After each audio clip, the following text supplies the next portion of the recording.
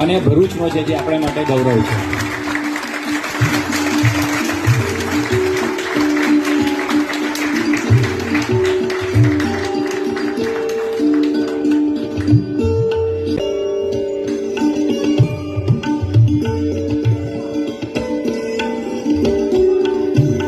મિત્રો, મેં જ્યારે આર્યનનો ઇન્ટરવ્યૂ લીધો હતો ત્યારે એની જે પ્રતિભા છે ત્યારે મૂળમાં હતો અને મારી સામે કેમેરાની સામે એને કરી હતી.